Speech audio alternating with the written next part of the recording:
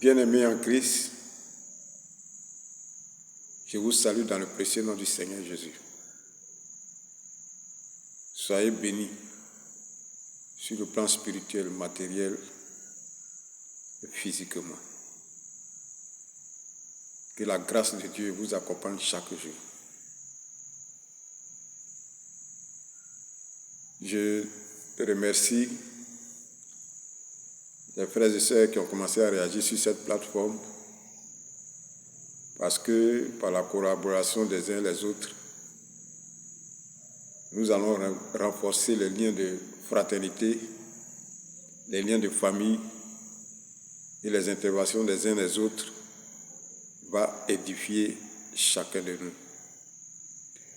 Ce soir, je voudrais vous parler de l'onction. Qu'est-ce que l'onction?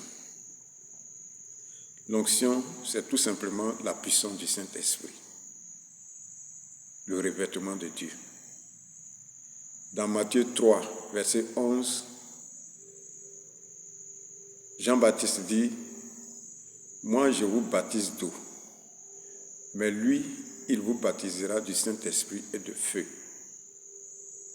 Et de feu.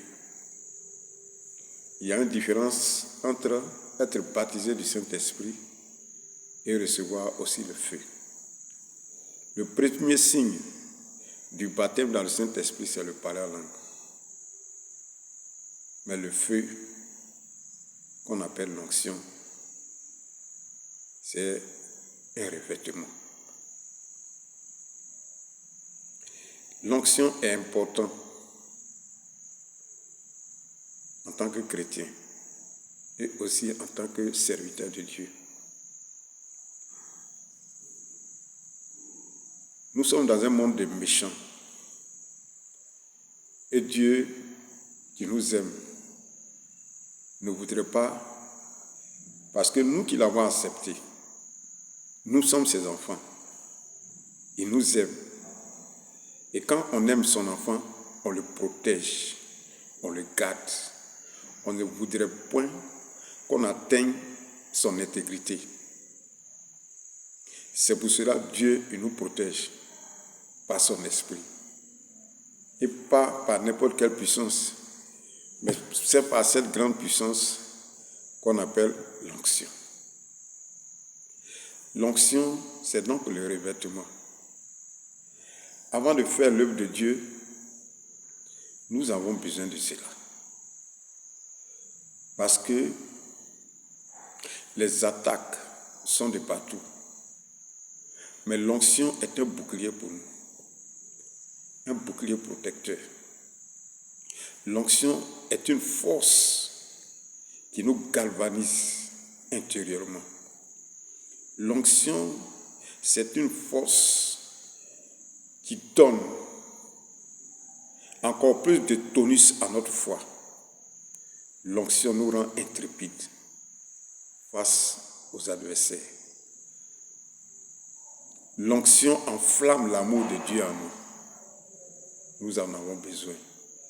C'est pour cela que le Seigneur, il a demandé à ses disciples de rester à Jérusalem avant de commencer l'œuvre de demeurer à Jérusalem, et ils vont recevoir cette puissance-là. Et le jour de Pentecôte, dans Acte 1, verset 8, et également Acte 2, la puissance du Saint-Esprit est descendue. Le Saint-Esprit est descendu et tous les disciples ont été revêtus de cette glorieuse puissance qu'on appelle l'onction.